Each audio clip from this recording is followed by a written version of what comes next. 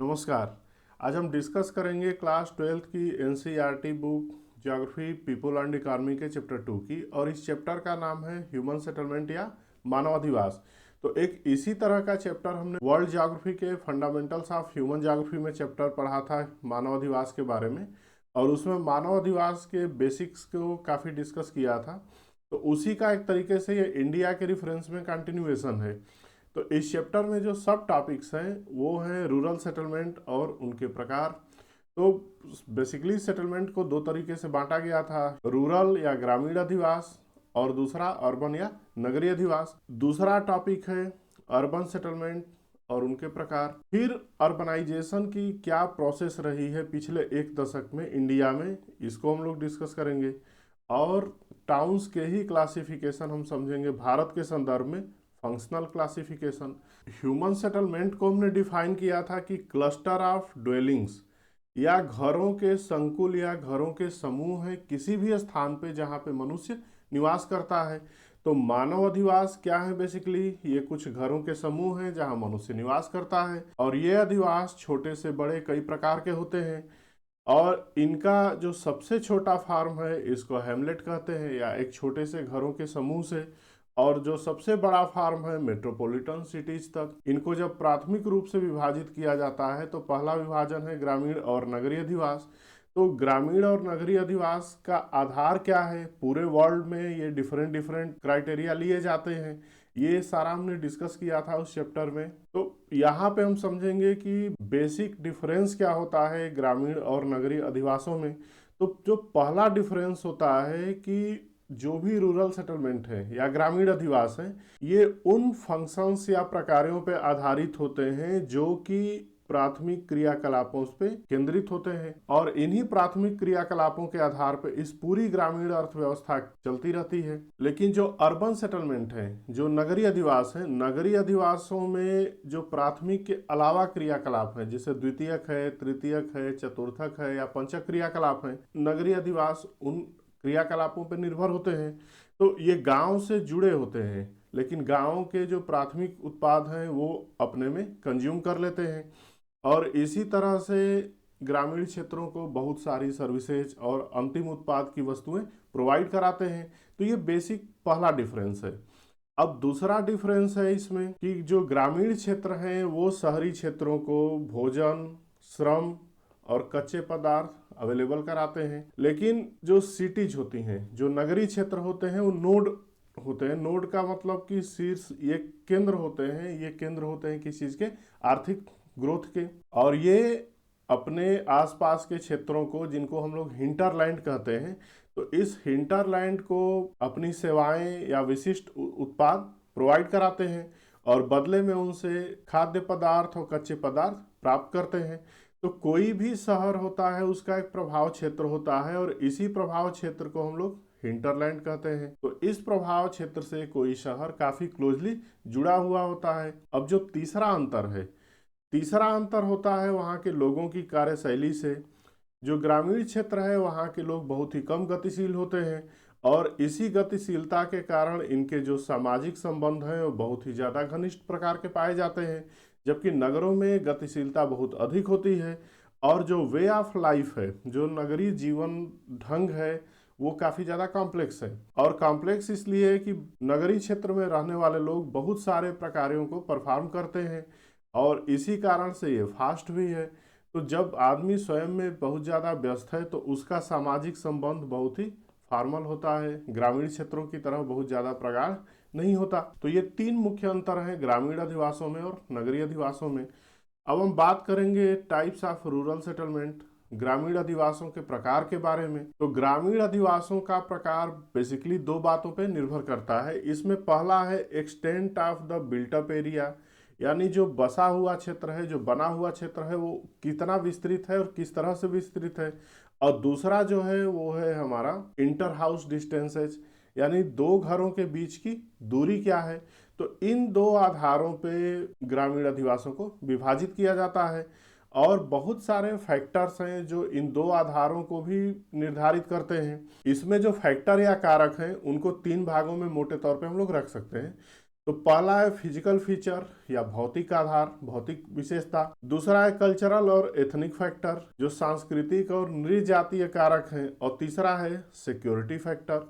तो पहले फैक्टर की जब हम बात करते हैं यानी भौतिक कारक, तो भौतिक कारक में नेचर ऑफ टेरेन, जहां पे अधिवास बसा हुआ है वहां की स्थलाकृतिक विशेषता किस तरह की है, वहां ऊंचाई किस तरह की है, वहां की जलवायु किस तरह की है, और वहाँ अवेलेबिलिटी ऑफ वाटर या जल की उपलब्धता कैसी है। हमने बेसिक जनसंख्या और अधिवास के बारे में इन फैक्टर्स को पढ़ा हुआ था।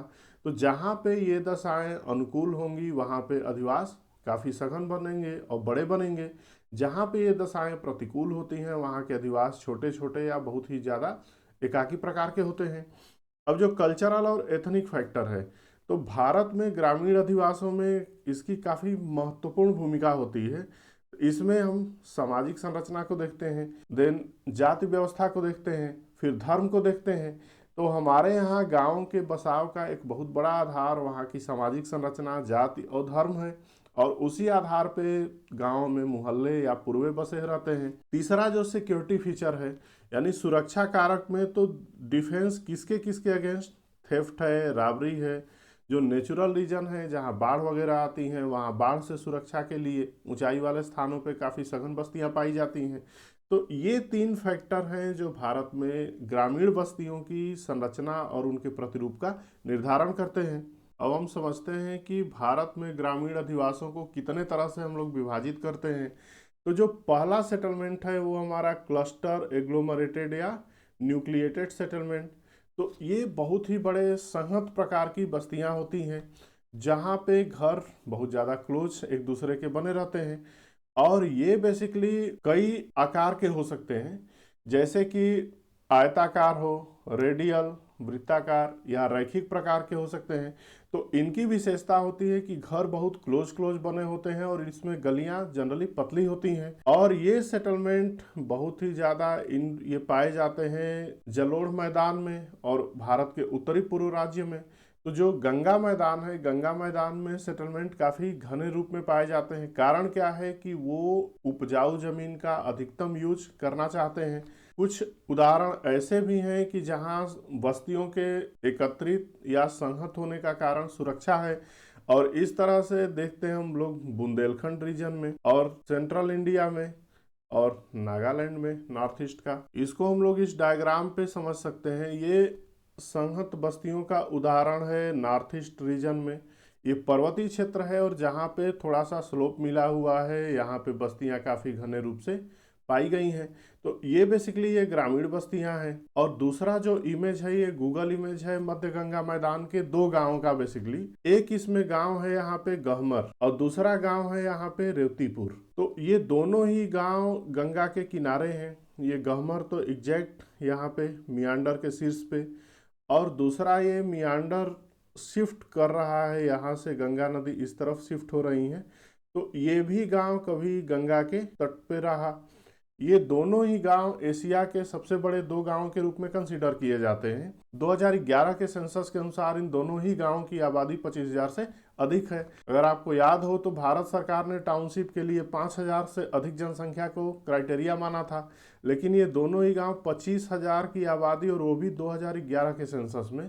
तो अभी ये आबादी और ज़्यादा बढ़ी है। इनके साथ ही साथ जब हम इनकी स्थिति देखते हैं तो ये चारों तरफ कृषि की जमीनें हैं इन गांवों के और बीच बीच में गांव बने हुए हैं।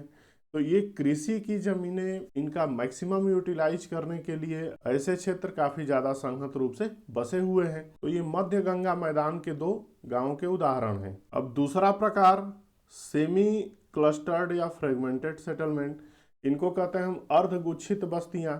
तो अर्धगुच्छित बस्तियां बेसिकली गुच्छित बस्तियों के ही प्रारूप हैं, लेकिन यहाँ पे कुछ इस तरह की सिचुएशंस होती हैं कि उनकी क्लस्टरिंग कुछ कुछ विशेष जगहों पे होती है, थोड़ी थोड़ी दूरी पे। तो ये डायग्राम शो करता है सेमी क्लस्टर्ड या फ्रेगमेंटेड सेटलमेंट को। इसमें हम देख सकते हैं कि कहीं पे जैसे सघन आवास बना है, फिर उसके बाद सघन आवास बना है। ये कारण है टोपोग्राफी से। इसी तरह से यहाँ पे बना है। तो कई सारी सघन बस्तियाँ एक ही समूह में हैं, लेकिन इनकी सघनता एक ब्लॉक जैसे यहाँ पे बना, दूसरा ब्लॉक यहाँ पे बना, तो इसके कई सारे तीसरा ब्लॉक इस तरफ बना। तो छोटे छोटे कई सारे सघन बस्तियों के समूह को मिला के हम लोग कहते हैं सेमी क्लस्टर्ड या फ्रेगमेंटेड। अब तीसरा इसमें हैमलेटेड। तो हैमलेट होता है बेसिकली पुरवा, जो एक ही गांव हो जिसमें कई छोटे छोटे छोटे छोटे ग्रुप अलग अलग हों। ये छोटे छोटे समूह भौतिक रूप से एक दूसरे से अलग होते हैं लेकिन एक बड़े गांव के रूप में ये समझे जाते हैं। तो इनको कई जगह पे स्थानीय नामों से जैसे पन्ना, पारा, पल्ली, नागला, धानी इन नामों से जाना जाता है। और इनका मुख्य कारण जो भारतीय परिप्रेक्ष्य में है वो है बेसिकली सोशल और एथनिक फैक्टर, यानी जाति, धर्म और जो सामाजिक संरचनाएं हैं उनके कारण ये इस तरह का विभाजन होता है। और इस तरह की ग्रामीण बस्तियां मुख्यतया मध्य गंगा मैदान, निम्न गंगा मैदान, छत्तीसगढ़ में और हिमालय की निचली घाटियों में पाई जाती हैं। अब जो चौथा प्रकार है उसको डिस्पर्स्ड या आइसोलेटेड सेटलमेंट कहते हैं। तो डिस्पर्स सेटलमेंट में जैसे पहाड़ी क्षेत्र हैं कि एकाकी घर मिलते हैं वहाँ पे, फिर कुछ घर उससे काफ़ी दूरी पे मिलता है। जैसे आइसोलेटेड हट्स होती हैं या छोटे छोटे एकदम छोटे पुरवे होते हैं जो जंगलों में पाए जाते हैं, जहाँ एक घर दो घर इस तरह से मिलती है। तो ये बहुत ही ज़्यादा टफ टेरेन में पाए जाते हैं और इसके उदाहरण हैं जैसे मेघालय में, उत्तराखंड, हिमाचल प्रदेश और केरला में कहीं कहीं इस तरह के अधिवास मिलते हैं जो एकाकी प्रकार के अधिवास होते हैं। अब जो दूसरा विभाजन है वो है हमारा अर्बन सेटलमेंट या नगरीय अधिवास। ग्रामीण अधिवासों के विपरीत नगरीय अधिवास बहुत ही बड़े आकार के होते हैं और बहुत ही संहत प्रकार की बस्तियों से बसे होते हैं। और इनमें जो मुख्य प्रकार हैं वो अकृषि कार्य और द्वितीयक, तृतीयक और अन्य प्रशासनिक कार्य किए जाते हैं। और जो भी नगरीय क्षेत्र हैं वो ग्रामीण क्षेत्रों से प्रत्यक्ष रूप से या अप्रत्यक्ष रूप से जुड़े होते हैं। जैसे ये हमारा सिटी है और या तो ये विलेज एरिया से डायरेक्ट जुड़ा हुआ है, जैसे विलेज से लेबर, खाने पीने की वस्तुएं और कच्चे सामान, रॉ मटेरियल ये पहुंचते हैं शहर को। तो या तो ये डायरेक्ट हो सकता है या फिर अप्रत्यक्ष हो सकता है। जैसे सिटी से छोटा टाउन, टाउन तक पहुंचा, ये टाउन से जो मंडीज है मंडीज तक पहुंचा, मंडी से फिर ये ग्रामीण क्षेत्रों तक आता है। इसी तरह से विलेज से कोई सामान मंडी गया, मंडी से टाउन गया, टाउन से फिर ये सिटी तक गया। तो ये इस तरह से ये इनडायरेक्ट हो सकता है और या फिर ये डायरेक्ट हो सकता है। तो प्रत्यक्ष या अप्रत्यक्ष रूप से शहर अपने आसपास के क्षेत्रों से जुड़े रहते हैं और इस आसपास के क्षेत्रों को प्रभाव क्षेत्र या हिंटरलैंड कहा जाता है। अब हम डिस्कस करेंगे भारत में नगरों के विकास पे। तो भारत में नगरों के विकास की प्रक्रिया का बहुत ही लंबा इतिहास रहा है और प्री हिस्टोरिक पीरियड से या आद्य ऐतिहासिक काल से ही नगरों की यहाँ स्थापना होती रही है और वहाँ पे हड़प्पा और मोहनजोदड़ो ये इस तरह के नगर एग्जिस्टेंस में थे।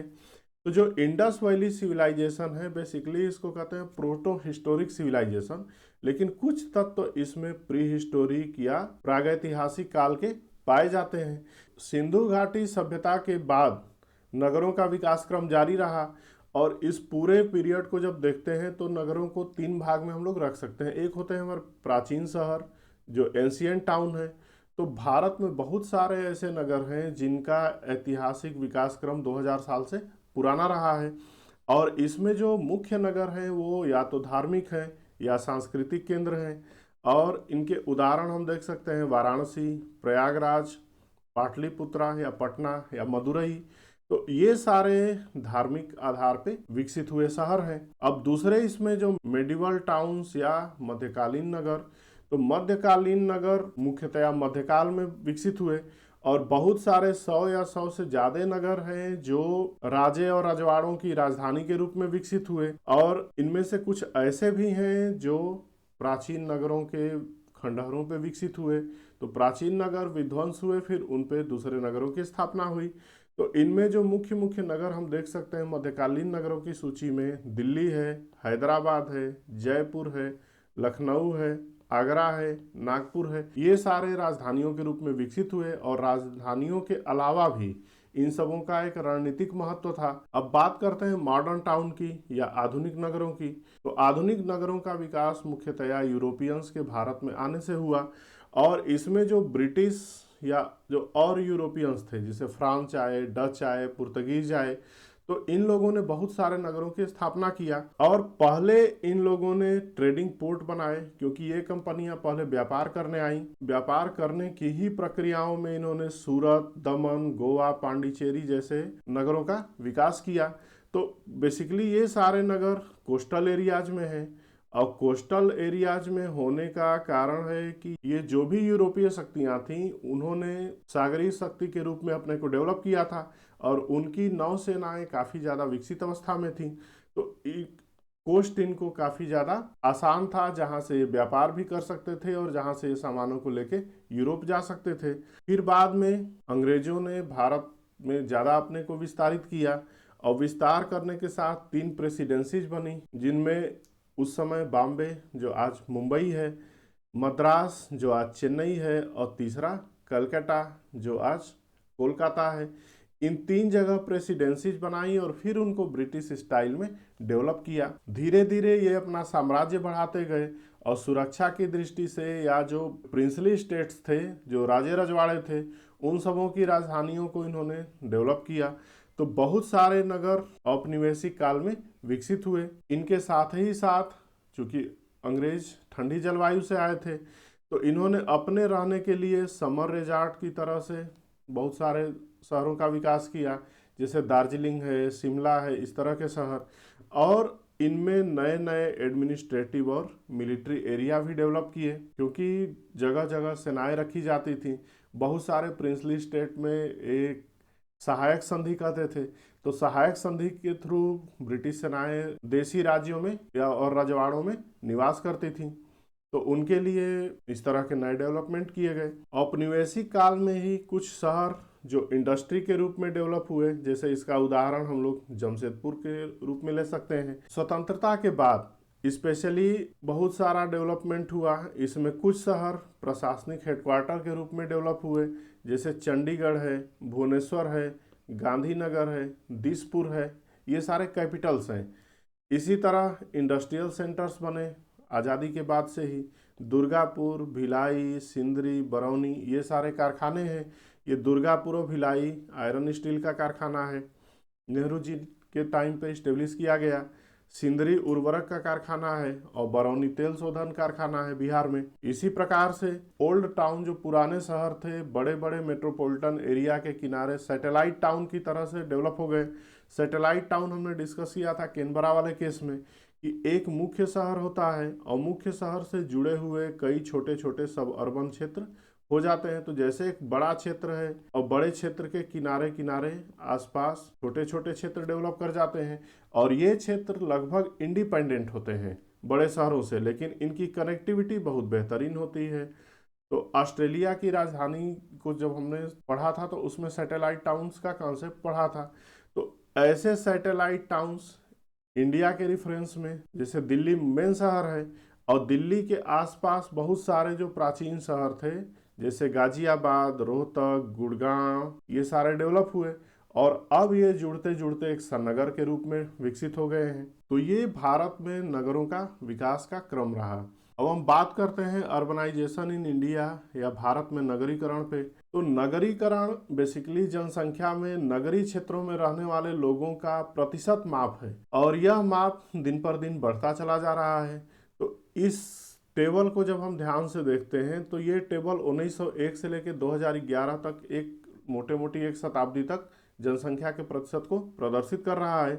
तो यहाँ पे देख सकते हैं दो रूपों में ये नंबर ऑफ टाउन्स है, जो नोटिफाइड एरिया है, इनकी संख्या हम देख रहे हैं कंटिन्यूअसली बढ़ती चली जा रही है, और साथ ही साथ इसकी जो टोटल पॉपुलेशन है, यदि प्रतिशत को देखें तो ये भी लगातार बढ़ती जा रही है। लेकिन 1941 के बाद से ये लगभग 1981 तक, जिसको जनसंख्या वृद्धि हम लोग जब पढ़ रहे थे तो हमने इस स्टेज को पॉपुलेशन एक्सप्लोजन का स्टेट बोला, 1951 से लेके 81 तक के फेज को। तो इस फेज में जो नगरीकरण की दर है वो सबसे अधिक है। तो अभी भी नगरीकरण की दर उच्च है, लेकिन इसमें बहुत ज़्यादा ग्रोथ देखने को नहीं मिली है। और 2011 के सेंसस के अनुसार भारत की लगभग 31.16% जनसंख्या नगरों में निवास करती है, और जो कि 1901 में 0.84% थी। अब हम समझते हैं भारत में नगरों के प्रकारात्मक वर्गीकरण के बारे में। प्रत्येक शहरों का एक विशिष्ट प्रकार होता है, तो उस विशिष्ट प्रकार के आधार पे नगरों का वर्गीकरण कुछ इस तरह से किया जाता है। इसमें जो पहला वर्गीकरण है एडमिनिस्ट्रेटिव टाउन या प्रशासनिक नगर, तो ये ऐसे नगर हैं जिनका मुख्य कार्य प्रशासन होता है और प्रशासन के अलावा और भी कई तरह की सेवाएं मिलती हैं, लेकिन प्रशासन मुख्य होता है। और ये नगर हेडक्वार्टर होते हैं प्रशासनिक क्रियाओं के। तो जितने भी राष्ट्रीय राजधानी है या प्रादेशिक राजधानियां हैं, इन सबों को प्रशासनिक नगरों की सूची में रखा जा सकता है। और इसके उदाहरण हम देख सकते हैं चंडीगढ़, न्यू दिल्ली, भोपाल, शिलांग, गुवाहाटी, इम्फाल, श्रीनगर, गांधीनगर, जयपुर, चेन्नई, ये सारे के सारे राजकीय राजधानियां हैं। और इसमें नई दिल्ली हमारी राष्ट्रीय राजधानी क्षेत्र भी है। दूसरा प्रकार इसमें औद्योगिक प्रकार। तो जो नगर औद्योगिक रूप से स्थापित हुए, फिर बाद में उनमें अन्य फंक्शंस भी होते गए, लेकिन ये औद्योगिक नगर के रूप में जाने जाते हैं। तो भारत में जैसे मुंबई है, सालेम है, कोयम्बटूर, मोदी नगर, जमशेदपुर, हुगली, भिलाई, ऐसे बहुत सारे केंद्र हैं जो स्थापित ही हुए किसी न किसी उद्योग के कारण।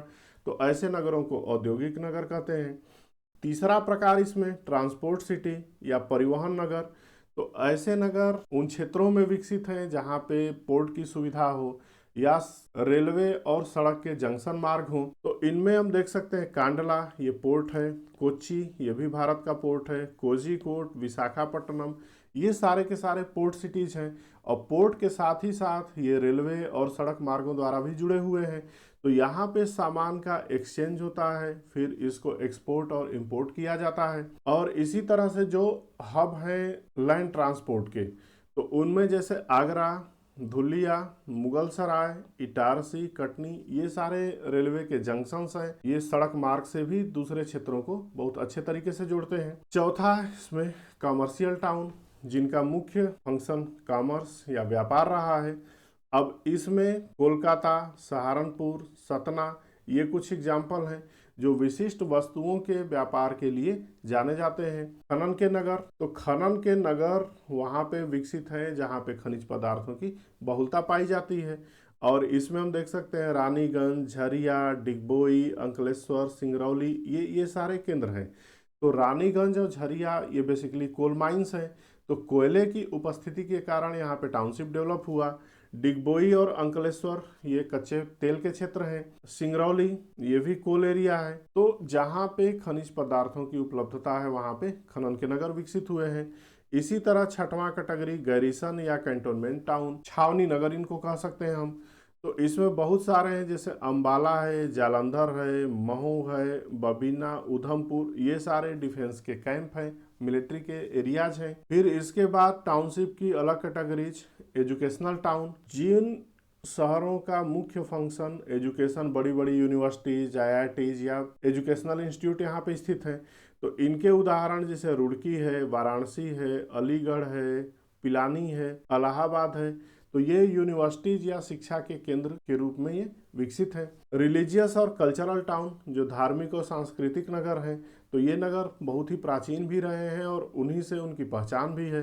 तो इनमें जैसे वाराणसी, मथुरा, अमृतसर, मदुरई, पुरी, अजमेर, पुष्कर, बहुत सारे नगर ऐसे हैं जिनका महत्व उनके धार्मिक महत्व से है। और जो नेक्स्ट क्लासिफिकेशन है टूरिस्ट टाउन, तो ऐसे नगर जो टूरिस्ट को आकर्षित करते हैं, जैसे नैनीताल, मसूरी, शिमला, ऊटी, माउंट आबू, बहुत सारे सिटीज हैं इंडिया में जो जिनका मुख्य फंक्शन टूरिज्म है। तो जो फंक्शन जहाँ पे डोमिनेंट है उस नगर को उसी तरीके से हम लोग देख सकते हैं। अब बात करते हैं हम स्मार्ट सिटी मिशन के बारे में। तो ये smart city mission basically Bharat सरकार की एक योजना है और यह जून 2015 को प्रधानमंत्री के द्वारा प्रारंभ किया गया।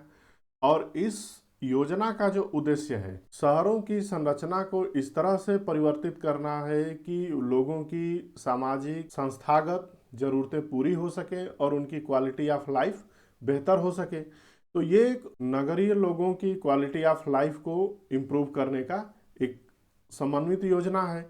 और इसमें जैसे कि बहुत सारे एलिमेंट हैं जो नगरीय जीवन को स्मार्ट बनाते हैं, यानी सुविधाएं आपको आसानी से अवेलेबल हो जाएं, आवासीय सुविधाएं इस तरह की हों कि वहाँ पे आपदाओं के समय कोई परेशानी ना हो, इसी तरह से रिसोर्स का मैनेजमेंट बेहतर तरीके से हो, यातायात बेहतर हो, सुविधाएं बहुत अच्छी हों, जल की उपलब्धता हो। तो ऐसे बहुत सारे फैक्टर्स हैं इसमें जो इस स्मार्ट शहर मिशन के अंतर्गत आते हैं। और इसमें जिस भी क्षेत्र को चुना जाता है उस क्षेत्र को एक रिप्लिकेबल मॉडल के रूप में प्रस्तुत किया जाता है जो बाकी शहरों के लिए या शहर के दूसरे क्षेत्रों के लिए एक लाइट हाउस की तरह से या एक पथ प्रदर्शक की तौर पे काम कर सके। तो ये रिप्लिकेबल मॉडल को हम लोग रोल मॉडल समझ सकते हैं कि शहर का कुछ क्षेत्र या पूरा शहर कुछ इस तरह से विकसित किया जाता है कि बाकी दूसरे शहर भी उससे प्रेरणा ले सकें। तो ये पूरे भारत में 100 नगरों को आच्छादित करता है और इन नगरों को फेज आउट में बेसिकली 4 फेज लिए गए थे, चौथा का फिर एक्सटेंशन हुआ। तो ये जनवरी 2016 से लेके जून 2018 तक में ये 4 फेज में 100 नगरों का चयन किया गया है। और ये नगर कौन कौन से हैं इसमें हम लोग देख सकते हैं, ये भारत के मुख्य मुख्य नगर हैं और राजधानियां भी हैं। तो यहाँ श्रीनगर से लेके और यहाँ तिरुवनंतपुरम तक और इधर पासीघाट से लेके राजकोट तक, तो ये पूरे इंडिया के जो मुख्य मुख्य शहर हैं इनको इस स्मार्ट सिटी मिशन में सम्मिलित किया गया है। और इसके कुछ चेंज के उदाहरण हम लोग इन डायग्राम्स में देख सकते हैं। ये कश्मीर का लाल चौक है, श्रीनगर का ये कैसा दिख रहा है। यहाँ पे देख सकते हैं महाकाल झील का ये कॉरिडोर है उज्जैन में, यहाँ भी बहुत ज़्यादा चेंज आया है। इसके साथ हम देख सकते हैं यहाँ पे कोयम्बटूर में ये 7 लेक का इसका रिवाइटलाइजेशन किया गया और साथ ही ये स्मार्ट जनपथ है भुवनेश्वर में। तो ये इस तरह के चेंज जैसे सड़कें चौड़ी होना, यातायात की सुगमता, पर्यावरण को क्लीन रखने का एक प्रयास, सफाई, स्वच्छता, वृक्षारोपण, इस तरह की चीज़ें स्मार्ट सिटी मिशन में की गई हैं। तो स्मार्ट सिटी मिशन में जो डेवलपमेंट का 2 अप्रोच है। पहला अप्रोच है कि एक कोई एरिया लिया जाता है, इसको ABD कहते हैं, area based development. Particular area को डेवलप किया जाता है ताकि यह एक रिप्लिकेबल मॉडल या एक रोल मॉडल के रूप में दूसरे क्षेत्रों के लिए या दूसरे नगरों के लिए पथ प्रदर्शक का कार्य कर सके। और जो दूसरा अप्रोच है उसको कहते हैं हम लोग पैन सिटी प्रोजेक्ट। तो पैन सिटी प्रोजेक्ट का मतलब ये होता है कि टेक्नोलॉजी का ऐसा यूज जिससे नगरीय सुविधाएं, नगर की सेवाएं और नगर का इंफ्रास्ट्रक्चर काफ़ी ज़्यादा परिवर्तित हो जाए ताकि सेवाओं को स्मार्टली प्रोवाइड कराया जा सके। और इन स्मार्ट सेवाओं में जैसे smart transportation, smart education, smart sanitation, smart grid, smart tourism, ये सारे के सारे इसमें सम्मिलित होते हैं। इस योजना के तहत भारतीय नगरों का कायाकल्प भी हो रहा है और सरकार का आंकड़ा कहता है कि इन शहरों का 75% स्मार्ट शहर बनने का काम पूरा भी हो चुका है। ये भारतीय नगरों के कायाकल्प की एक बहुत ही बेहतरीन योजना है। That's all for the day. Thank you.